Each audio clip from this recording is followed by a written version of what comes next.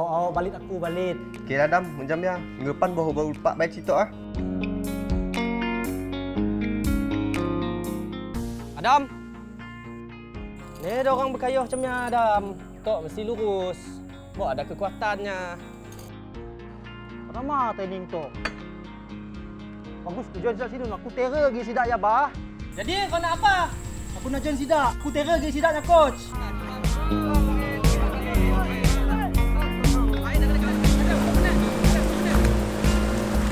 Korang semua, ajar Adam sampai pandai. Nyasi pandai, jangan naik darat. Faham?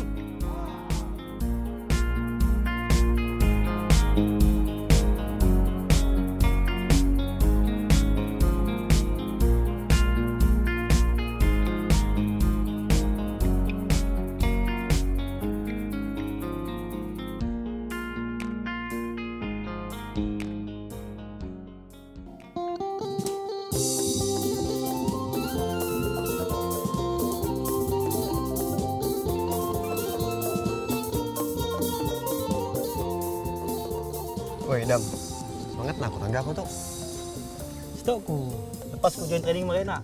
Aku rasa Regatta tu dah dekat dengan hati aku. Mungkinnya memang dah dilahirkan untuk aku.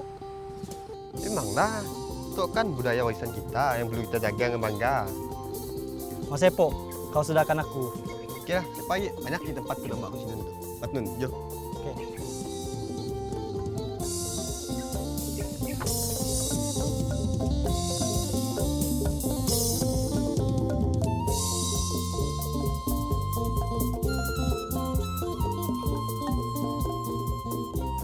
Oi Dam.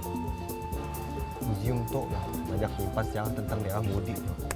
Mungkin kau nak tahu dalam tu lah banyak menyimpan sejarah tentang Baram Regatta. Tapi tutup pindah itu. Ai. Tutup kah? Aduh. Ini tu. Okey, cepat. Sumbak kau pergi nangga tempat sungai. Sini sidaknya mula lomba Regatta tu. Jom. Ya, jomlah.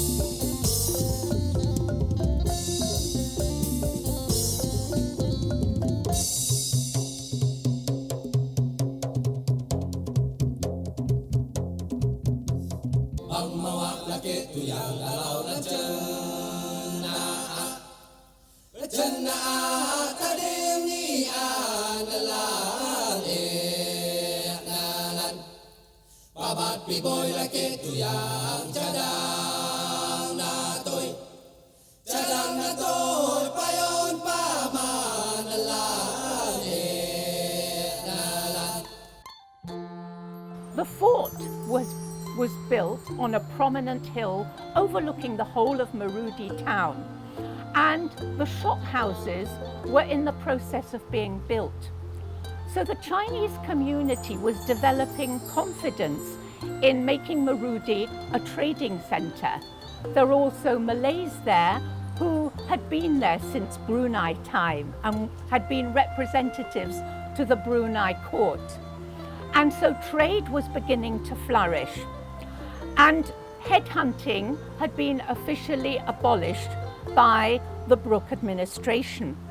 And so the local chiefs were ready to get involved in regattas and peacemaking because it involved the benefits of new alliances and trade.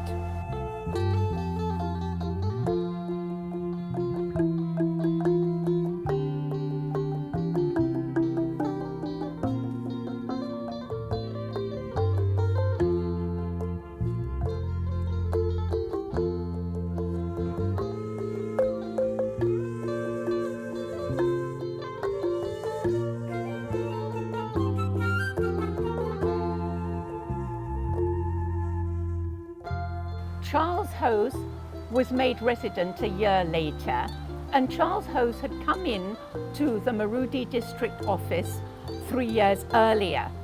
Charles Hose was the resident, and he'd risen very quickly to great prominence by 1891 when he'd become resident. And this enabled him to follow his passionate interest in ethnography and natural history. He saw himself as a student of the local customs, and he saw himself rather as an enlightened colonial ruler, because he felt it was very important to understand the people he was ruling. And this was a bit atypical of other colonial rulers in other parts of the world. However, he was not so enlightened in that he was not against using force to put down people who rebelled against the Brooke regime. But he was a tremendous writer, and what we know about Marudi and the fort and the regatta comes as a result of his writings, that he produced at least 4 or 5 major books, and he collected thousands of cultural objects, specimens and photographs that are in museums in the States, in Germany, in Scotland, in the British Museum in London, in Cambridge and Oxford.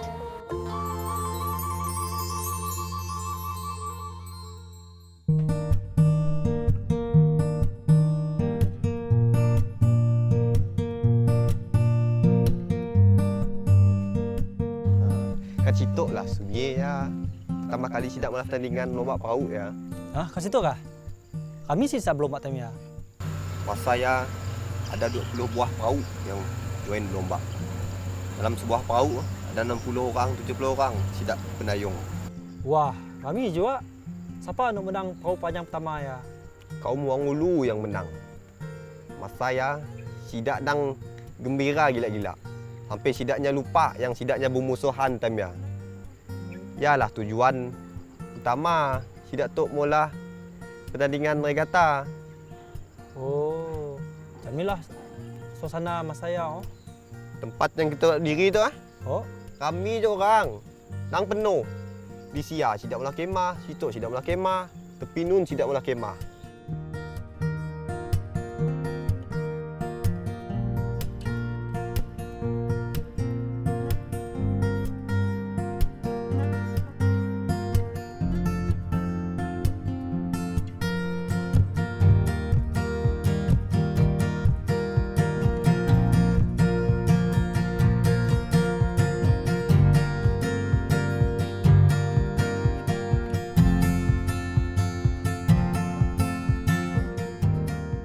When Charles Hose heard that there was going to be a visit to the Torres Strait Peninsula, which is the end of Papua New Guinea, by A.C. Haddon, an anthropologist from the University of Cambridge, he was very keen to ask them to stop off in Sarawak on the way back.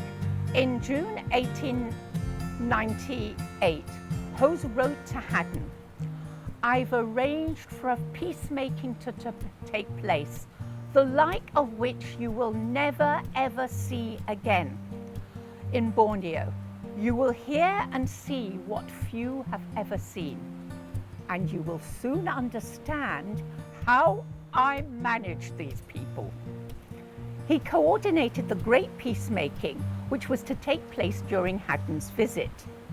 He relished the phase of preparation and talked about how the locals were getting ready boats up and down the river, competing to see who had the most stylish boat, the lightest boat, the fastest boat. And the locals kept an eye out from longhouse to longhouse as to what was going on.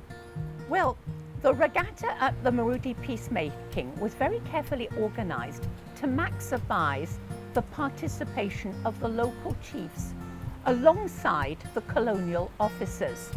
So the local chiefs were put alongside the local officers as being umpires and judges and referees. We have this because we've got evidence in the programme of the sports, which is at Cambridge University. The idea was to provide an alternative to headhunting as an avenue for ambitious young men to channel their fame instead of headhunting. And the regatta was the climax of 4 years of previous peacemakings since 1895 in the Baram district. So we actually have a sample of the sports program for April the 8th. And the day began with the race for warboats, which was won by a Marudi group called the Narom.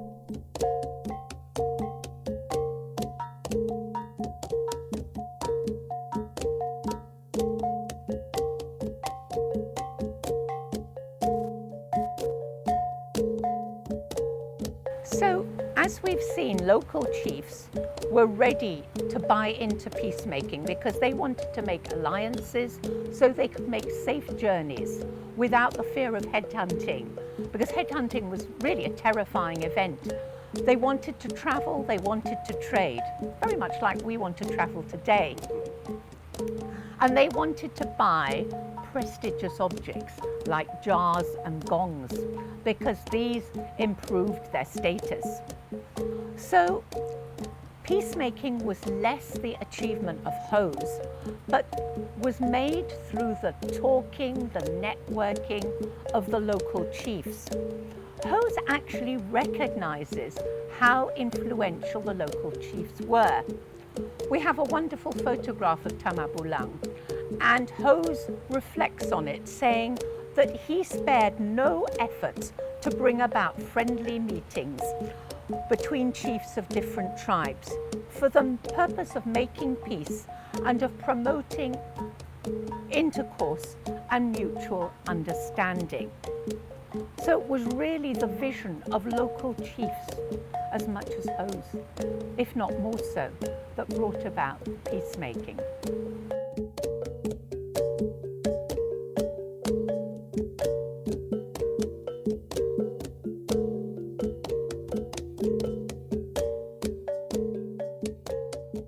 It was followed by games with coconuts and a swinging basket and a greasy boom.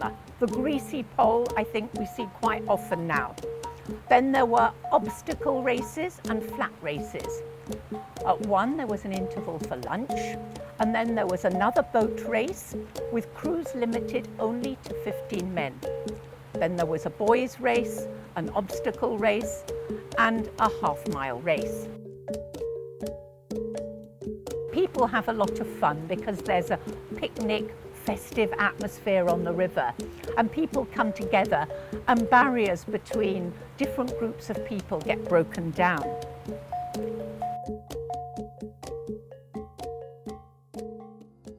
Aku nak cerita pun cikan habis benda tu. Kisah tu.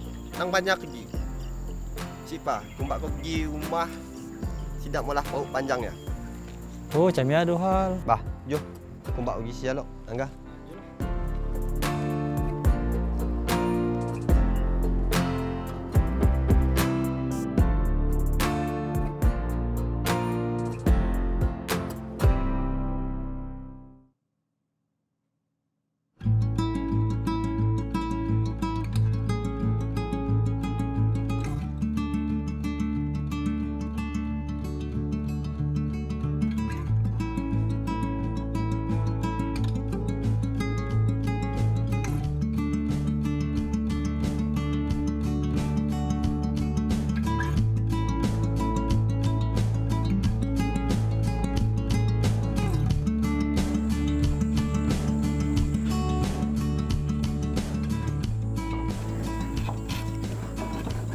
Selamat pagi bang.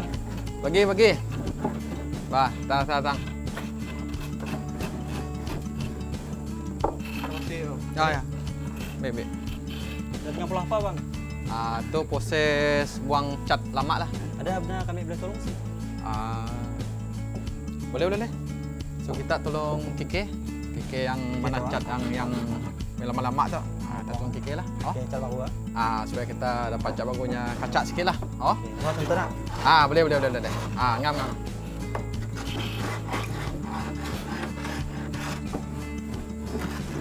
Bang, saya mau tanya. Macam berapa lama biasanya nak molah paut tu? Mula paut tu mengambil masa dalam 2 bulan. Lebih kurang macam ni. Macam nak molah, macam ni nak molah? Nya bermula daripada proses kita cari kayu yang besar, yang lurus. Yang pun ada beberapa jenis kayu ya yang boleh pola paut lah. Macam ni. Nak mari yang grup kami sari nak dengan orang training mari. Okey. Macam ni tertubuhnya grup ya. Grup Sari itu tertubuhnya untuk menggabungkan semua belia-belia di kampung Mudik tu. Memandangkan Mudik tu yang banyak kampung. Ada Kampung Narung, Kampung Pemindahan, Padang Kerbau. Jadi yalah dengan orang bangsa Iban pun ada juga dari rumah panjang. So sejarahnya pun jauh banyak lah. Ia bermula daripada YB Datuk Puang Manggil lah 2017. Lepas ya kami orang kena join dengan Haji Tapal lah. So inilah yang pun sejarah. Apa fungsi nak penubuhan grup ya? Untuk golongan apa fungsinya? Penubuhan fungsinya memang sebab kebanyakan yang kayuh tu belia. So macam kita si mau sidanya lepak sebarang, lepas dengan gejala-gejala sosial yang si bagus lah. So daripada sidanya kayu, baru kita mbak kayu. So happy lah. Sige mau tanya. Apa fungsi dalam paut tu nak? Pengayuh depan, pengayuh tengah dengan pengayuh belakang. Okey, yang depan tu khas yang macam nyetuk yang palak ngambak rhythm kayu. So daripada starting sampai penamat lah. Yang dekat tengah? Ke tengah ya. Okey, jom. Membak tak pergi tengah lah. Okey, Dam. Okey, Dam. Tu bahagian tengahnya Dam. So bahagian tengah tu kami orang nunggahnya enjin utama. Tu enjin utama lah. So contoh macam depan yang minta nya tahu macam ni rasa pautnya down, rasa pautnya laju. Munnya paut down yang kami minta. So tengah tu lah yang berfungsi untuk ngembak yang depan dengan belakang. So macam satu kan minta tambah. Ada teknik-teknik tertentu lah. Kami orang pun banyak belajar aja benar tu. Nah, pola suara nak beri koman dari sini, orang tengah belakang. Dari orang tengah. Orang tengah juga. Yang macam-macam koman lah. So sebelum kita turun sungai, kita akan berbincang dulu apa koman yang kita perlu pakai. Sebab kadang-kadang orang sebelah-sebelahnya menyangintai koman kita. Jadi kalau contohnya tahu koman kita, setidaknya akan tahu bila part kita mau ngangkat paut, bila part kita mau tarik nafas. Sebenarnya. Nah, di belakangnya fungsinya apa bang?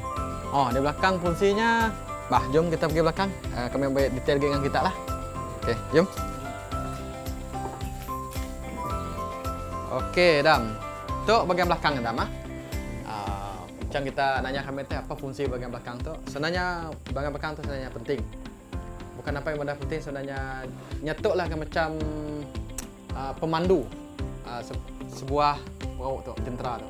So kalau contohnya sip berfungsi dengan bagus, bermakna yang depan pun akan ke kiri, ke kanan. Jadi dialah yang akan kanan. Kami rasa kami bersemangat mau regatta tu pergi Semenanjung. Saat kawan-kawan sini tahu apa regatta. Ni tahu sikit hari kelak dapat pertandingan tu pergi Semenanjung. Boleh Dam. Ya, dia yang bagus Dam. Macam kita sebagai orang mudik, darah yang mengalir dalam badan kita bukan darah sembarang, memang darah yang seorang pekayuh lah. Itu memang sejati lah dengan sebagai seorang pekayuh. Dah siapa pada aku lagi. Kau mesti tahu asal-usul tradisional budaya kita tu, Maudi. Bukan kau nak ikut nak budaya di luar tu nak si betulnya. Betul. Kau nak mak pertandingan tu pergi Semenanjung. Bagus Dam. Ya semangat ya yang kita mau lah. Supaya Baram Regatta tu dikenal di luar lah. Khasnya di Semenanjung tu lah.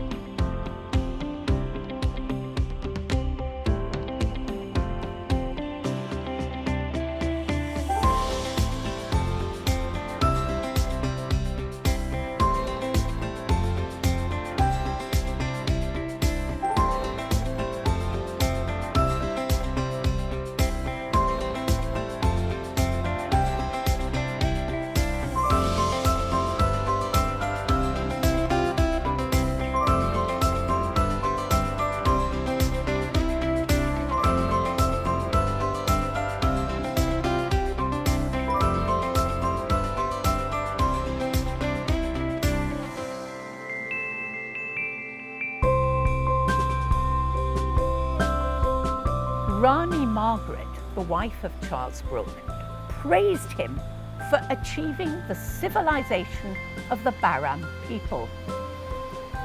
However, we in Sarawak see that there's another story.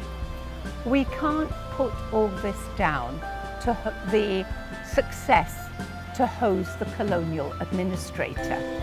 If we look at it from a local perspective, peace was achieved and the success of the regatta not merely by Charles Hose, but by the local chiefs. And this is what I want to tell you about in the course of this conversation we're having.